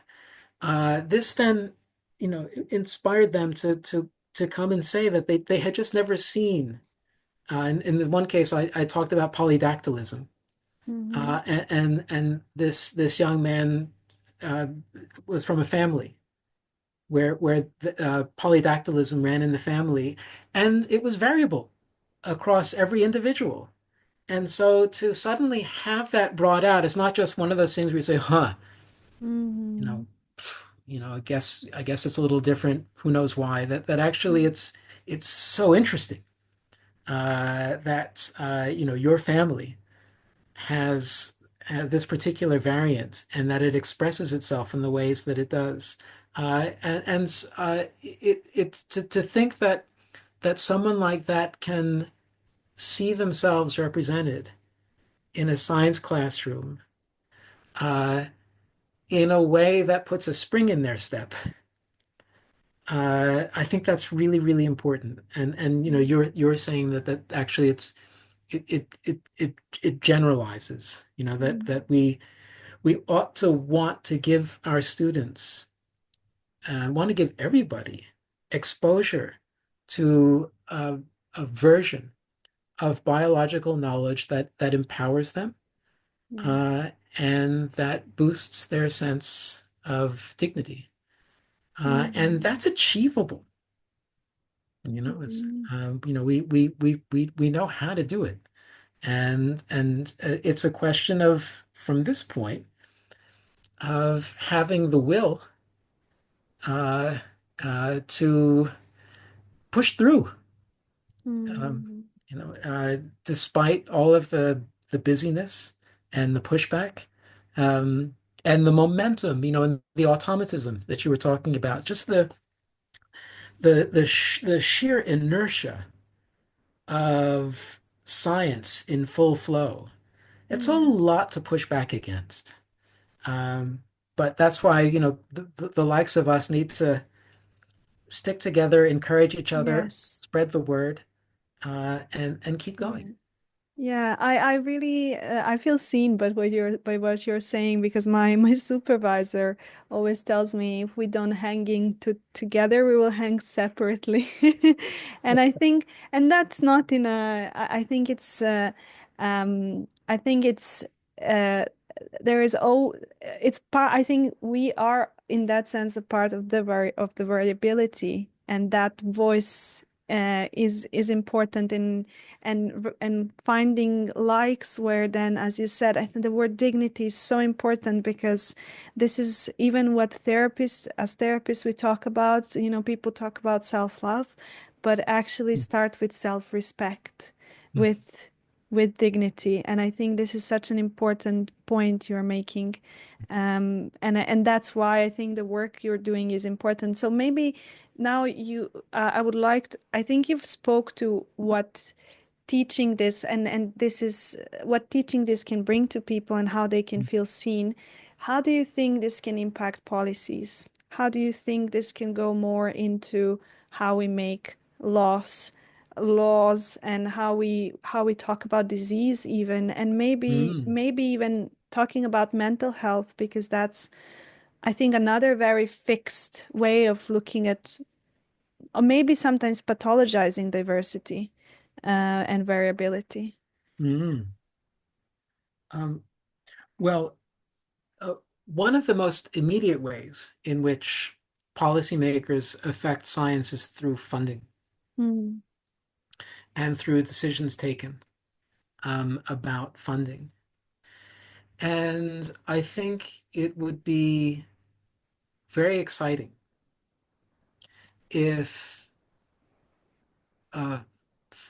if the funding bodies were to begin in a concerted way to make it clear that they expected when it comes to genetics that the environment in an expansive sense, right? Genetic background, physical, chemical environment, that the environment be included mm, in research designs in a much more thoroughgoing way. So, the way I put it some time ago was that, imagine if we lived in a world where if you left the environment out, you weren't doing genetics. mm, You were doing some subset of genetics, and that was okay for mm, certain limited purposes, but it wasn't genetics. mhm, If you thought about it, if the conception of the subject integrated the environment and all the variability that comes with it um, that fully. Uh, uh, so that's, I think, where we ought to be heading. And one way to get there, so one way to get people's attention is via funding mechanisms, mm, right? So that's, I think, in some ways, an immediate way. Pardon me. mhm. An immediate way in which policymakers could begin making a difference in the kind of science that gets done. Um, I mean, in Beyond addition that, to that, you talked about mm, philosophers of science. I would say funding bodies need to include a person that has a philosophy of science and science of human behavior yes, in order to judge the proposals, because I think questions need to include bias. Questions need to include yes, not only the scientific discovery, but again, I think, like, research funding needs to include questioning the environment of the research. Yeah. no, I mean, I ideally, one wants system-wide Mm. uh, reform, because as you say, well, okay, you get this change in the funding priorities, but if the peer reviewers remain the same peer reviewers, Exactly. and they'll say this won't be replicable, or Yes. yeah, uh, and and so. Uh, Yes, ideally, one wants this this change in the envisaged change in the way that genetic science is funded to be part of a larger culture change Mm. taking place on multiple fronts. Mm. And we've gone a certain way, right, in trying to introduce bias training when hiring committees meet, right? They watch a little film Mm. beforehand. And it's paltry, but it's something. Yeah. Yeah. And again, maybe there's room Mm. before people settle down to write their peer review reports to say, okay, we know that you were educated to have respect for ultimately, for replicability and so on, but we now, because it's 2025, uh, we want other considerations to be borne in mind Mm. as well. Mm. We have other concerns, other priorities, and again, the complexity is something that science now tells us is something that uh, if um, taken seriously from the start in an investigation can make the investigation go better. So Yeah. I gave a talk in November at the American Society of Human Genetics. I had the privilege of speaking in the presidential symposium at this really large meeting. Anyway, the video is now up on YouTube, and maybe I can give you the link and you can put it Yeah. on. But in that talk, I spoke about a recent paper in cognitive science, uh, asking the question of whether Occam's razor has lost its edge. That's the title of the paper. Mm. And it's, I thought, a brilliant paper. It turns out that title's been used many times over the years, but it's a brilliant paper uh, poking at the dogma that it's always best to start with the simplest possible model Mm. if you want to make any headway scientifically. Mm. Well, it turns out that just as with the question of whether it's always best to start with Mendelian simplicity, it turns out you can be empirical about this. You Mm. know, let's be scientific about this. And in being empirical, what one finds, guess what, is that it depends.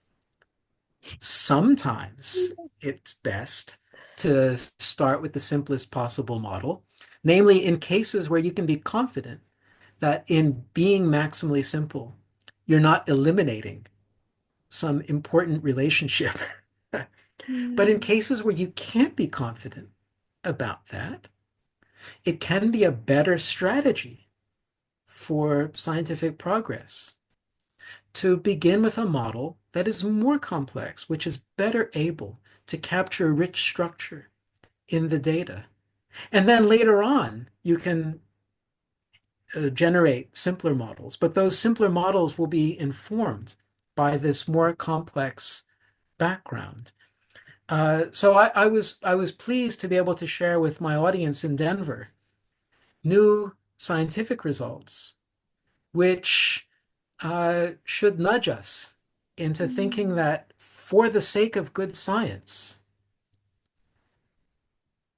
we might need to rethink what Mm. had seemed like timeless wisdom Mm. about simplicity and complexity. So that little film we might give our peer reviewers, might include this because and I could tell from the response I got in the audience that gets scientists' attention, Yeah. right? New data, which is so the system-wide reform, although a little daunting, may nevertheless be achievable, right? With Mm. enough will. Mm-hmm. And so that's one area to be thinking about when it comes to, you mentioned disease and mental illness. I hope to begin a collaboration soon with a genetics counselor working in the NHS who reached out to me precisely because he's frustrated with, as he sees it, the kind of tacit Mendelism Mm. which is built into a lot of NHS resources, where you either, there's disease, no disease, Yeah. uh, uh, these binaries.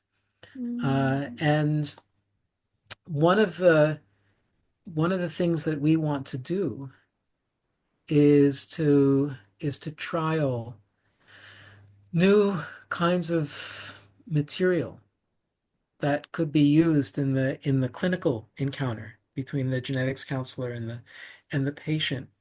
So that, as you said earlier in the conversation, when there's going to nowadays there's just that moment when they ask, so what does this mean? Yes, What do I do? Give me the exactly. answer. Uh, that uh, in advance of the future in which they these patients would have learned their genetics from the start in a more kind of contextualized, complexified, Weldonian way. In advance of that, maybe at least in the clinical encounter, the information, whether in the form of a video or a pamphlet or whatever it might be, uh, uh, that it'll be possible to convey the sense that, look, the the complexity and variability are what we expect. Mm, That's it's not a letdown yeah, exactly. to learn all of this. This is simply what this is how biology works.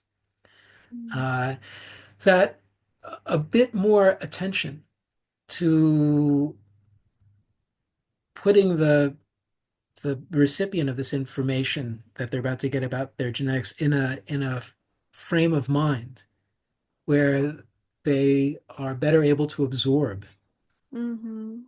the complex information that can help the clinical encounter go better. So I hope we get a chance to do that. And I'm encouraged by the wonderful collaboration I had last year with, believe it or not, a place called the Exploratorium. I don't know if you know about it. In San Francisco, the Exploratorium is a famous science museum.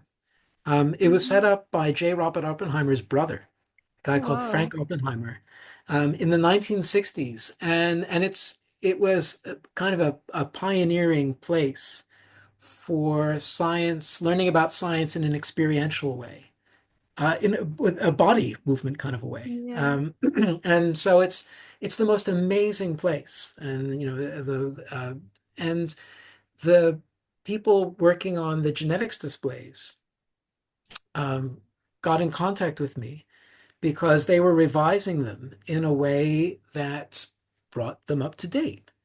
And they didn't just want, the usual displays where, m mom has blue eyes, dad has brown eyes. They didn't want any of that. They wanted precisely to give the visitors a sense of variability Mm. uh, and complexity. And so there are a number of exhibits now. If you go to San Francisco and you go to the Exploratorium, you'll see a number of exhibits which are informed by the work that my colleagues and I did at Leeds, including peas that are not just green or yellow, but are all over the spectrum. But they're also they're showing a film. So they're such geniuses. They boiled this book down to a 3-minute film. And I feature a little bit in interview, but mostly it's animated. And uh, what they do in those 3 minutes is to tell the story of how the notion that genes are destiny is something that got locked in because of an accident of history, because of Weldon's dying at this crucial moment, this pivotal moment in this decision point in the history of genetics, and that uh, we now know, as he thought, that heredity is not destiny, and that you change the context and you can change the character, and that's an empowering message. Mm. And so I, that experience of working with professionals in science communication, who are able to take much better than I was able to do off my own bat, to take complex ideas and distill them while still keeping the complexity. That's the Mm. art. Yes. And what I saw from them is that, you can do it. Mm. and it's worth doing. So I think that that would be a second area of and again, as to go back to a point you made, it couldn't just be the patients because the doctors and the genetics counselors too. Yeah. Um, some of them will, need a little exposure Mm. to new ways of thinking. But the response that I got at this conference in November, where there were thousands of genetics counselors and genetics researchers. They were very, but this is a message that resonates Mhm. in 2025 as a cognitive message because they see the complexity. And you reported that you see the complexity in your own data.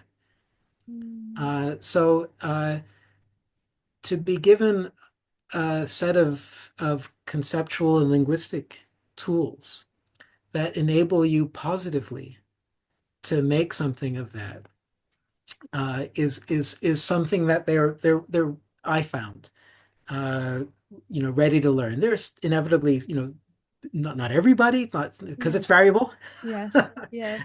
but in a way, my experience with my colleague Tom Bennett, that sense that people are sometimes they need to think about it, sometimes it'll Mm. take 5 years, but the moment is ripe Mm. for challenging received wisdom in this area, and for putting out this sort of a message.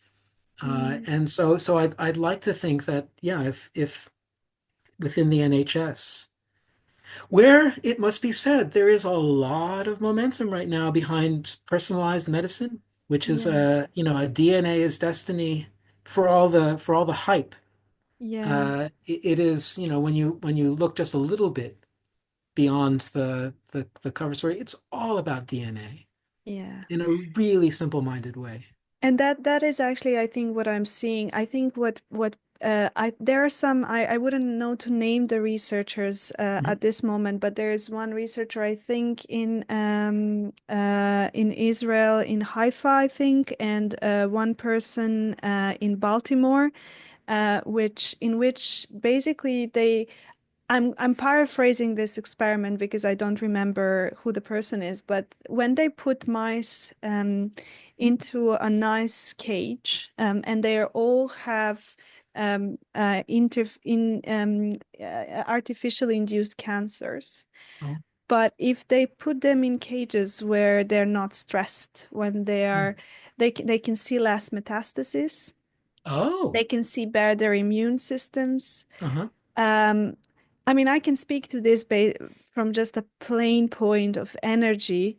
Hmm. Where do you direct your energy? And if you have like nothing to eat, you can't build protein, and antibodies are protein. So there is like a lot of like very simple environmental things. But there is more research which really doesn't isolate a mice, which I think that there is that thing about. I think that's culturally also very in like individualistic societies, which is, self-determinism, Yes. all these kind of things, which then, of course, it does fall to the genetics, but it excludes the community, I feel, Mm. and excludes how the environment can be toxic and be the one that creates that just kind of increases the penetrance of whatever expression of something Yep. that you have. Yep. Yep. So Yep. Yep. I think that's a really important point to make. So I'm also aware of time, but I could continue this really. There are so many things to unpack, I would say, and I invite people to really continue thinking about this. But one thing I want to ask you is, you know, you are planting seeds, and part of you Mm. believes that they will flourish. Mm. What has gotten you through the times when you doubted that? And how did that feel? What helped you? What supported you to persevere? Or maybe you haven't had those times, but No, uh, no, I have for sure. Uh, being an equanimous and a bookish person, mm, I found beyond friends bucking you up in the way that friends will. One tries not one tries not to burden one's friends with, your own neediness when it comes to reassurance that you're doing okay and that everything's going to work out. And but I turn to books Mm. uh, and books and music. Hmm. I'm and there are figures that I have found reliably inspiring. For example?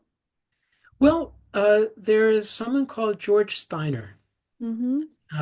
who died a few years ago. He was a kind of cultural critic, literary critic, based partly in Cambridge, partly in Geneva. And he dramatized in his writings and in his person the power and fascination of ideas, art, history.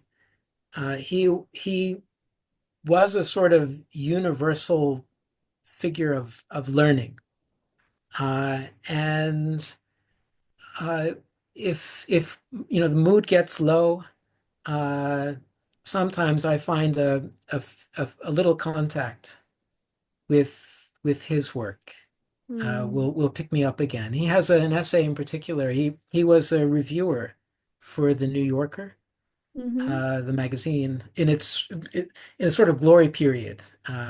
So from the late 1960s through till the 2000s, when people still bought magazines and read them, and and and he would have these long, beautifully written, immensely thoughtful review essays about books. Um, and some of these have actually, like many Steinerians, I've got my pile of photocopies. Mm. But someone not long ago collected some of his New Yorker essays into a volume. And this one actually included an essay that I'd somehow missed from the 1970s. It was Steiner's review of a book about the guy who edited the Oxford English Dictionary, a guy called James Murray, Mm-hmm. who was one of these work-addicted Victorians. And he just begins with this magisterial evocation of the amplitude at which Victorians lived their lives. So he begins by saying, did Victorians need less sleep than we do? So look at how they lived. They tramped miles before breakfast or after high tea. And look at what they ate at these meals, the grilled kidneys, beef, kippers. They had tons of offspring. They breathed Plato and Virgil, and Bradshaw's Railway Guide and Holy Scripture. They traveled. When they traveled, they either went through Turkestan with a walking stick and one change of flea powder, or to the spas of Europe with mountainous hampers, and so they had these enormous lives outside their work, and then within their work, goodness, the Mm. the the literatures and languages and sciences that they mastered, the epics and biblical family trees and Macedonian irregular verbs that they memorized. They had this enormous appetite for Mm. knowledge and experience. And he has a few sentences, where he talks about how, Murray, this guy James Murray, as an example of this type, who this was someone who, when he applied for jobs, would list all the languages that he knew. And it just went on and on and on and on. And when he was himself a teacher, he covered every subject. And what Steiner says is that there's more than just an individual talent and a kind of capacity for work that you see in Murray. What he exemplifies dramatically, Steiner says, is the Victorian capacity for squeezing experience to the pips, is how he put it. That every sensation can become organized knowledge. That you go for a walk and the wildflowers you see become exact botany. As you're walking, your mind is recreating the cartography. You pick up a flint and you've got the local and national historical contexts in mind, that there's, as you put it, no waste motion in heart or brain, or in heart or brain.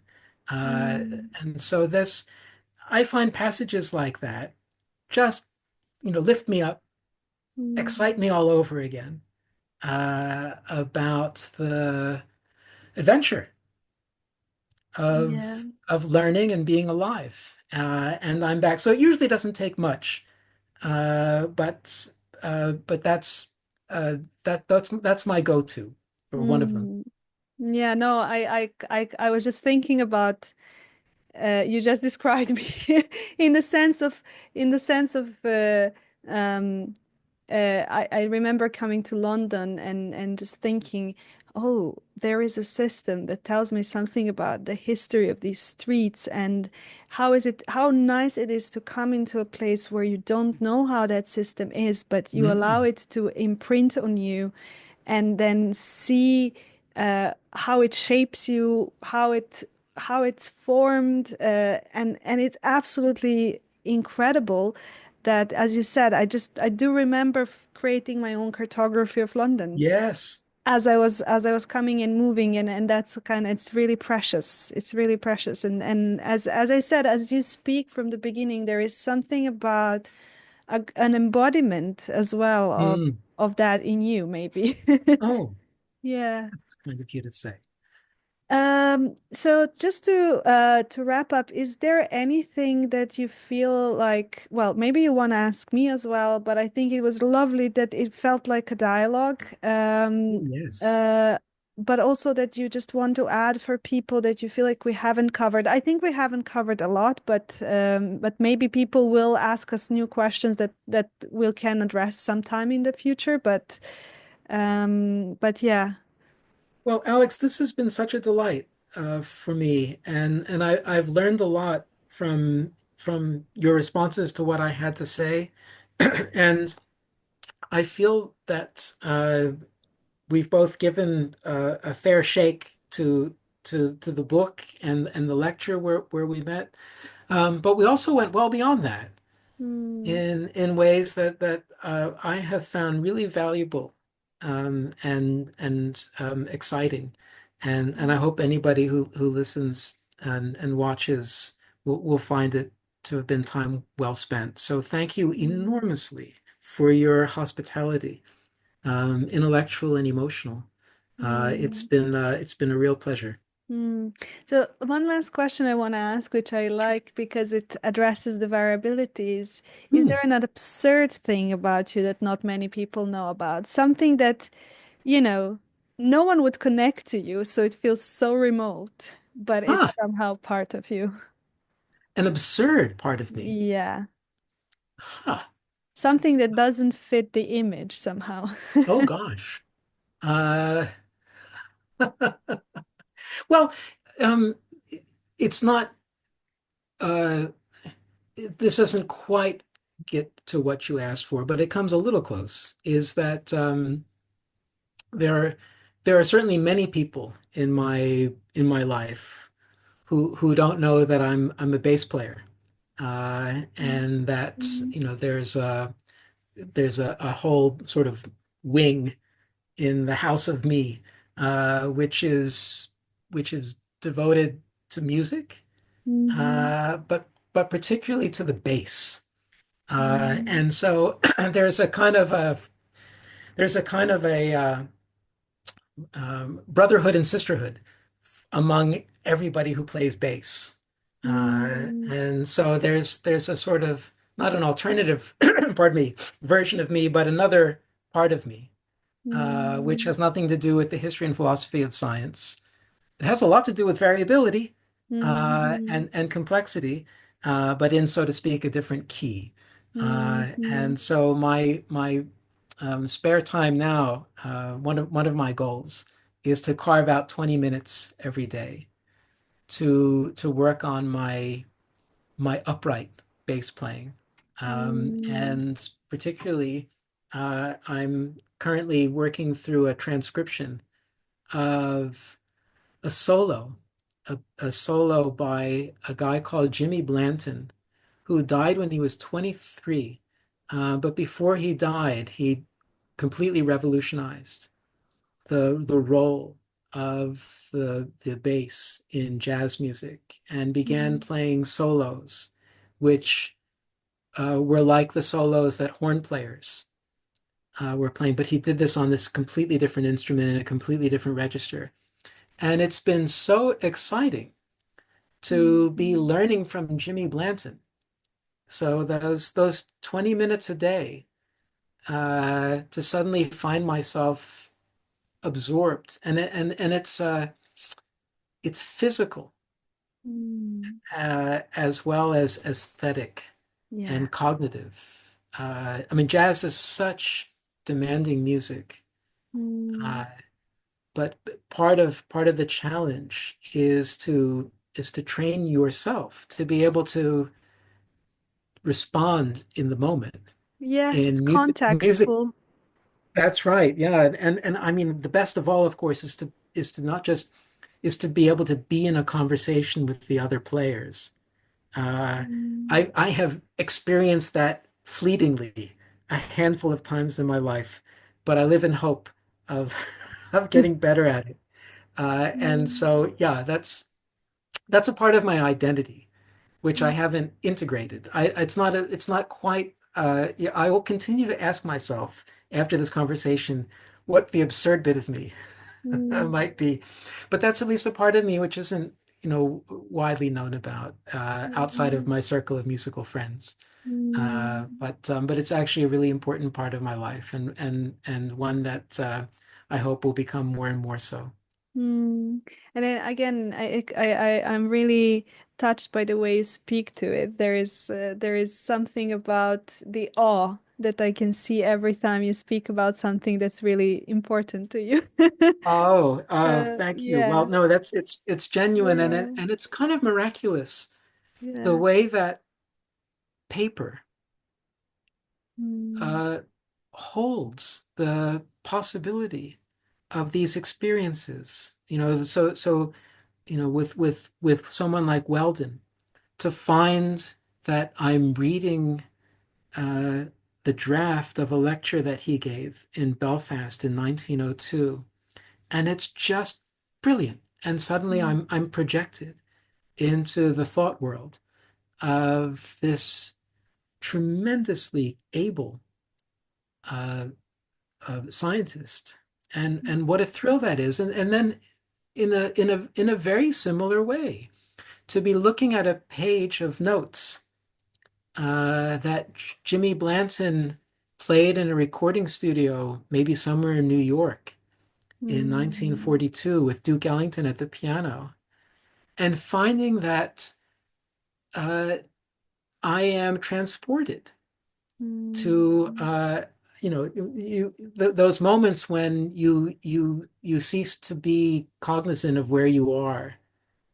in time or space because you're communing with the mhm, past, and the way that uh, this music book on my music stand, or this Weldon manuscript in now in my box folder, a copy of it, a box folder in my office. The way that, and then George Steiner's books and stacks of photocopies, but the kind of the portal, the door that those offer into this alternative uh, mental space. It's just kind of amazing. It never ceases to be miraculous, and it's replenishing. Mm. It's replenishing to make contact, and to become friends. To become friends with Jimmy Blanton, W.F.R. Weldon, George Steiner, in the sense that they become parts of your life, and Mm. joyous parts of your life. That your Mm. circle of friends can extend so much further than the people you happen to know through reading. Yeah, and that's Um, an interesting point that you're making because whenever people tell me I don't like people, I like books. I always think about those are people you yeah. are conversing with. Um, so I think it is so important to remind ourselves that the impact, and you said Blanton, is that his Yes, name? that's right. Yeah. Yes. Yeah. He died at 23. Think about, we talk about possibilities and limitations of genetics, but Yeah. that like with within that frame time, he has lived the experience of life and left us with something that's so immeasurable and beautiful. So I think maybe that's where we can end, which is what you spoke to in the beginning in your um, kind of um, endeavor to increase the range of possibilities. Mm. And so I guess that's what I really want to thank you for. Oh, Alex, this has been a total pleasure. Thank you again for the wonderful conversation. It's been a real pleasure.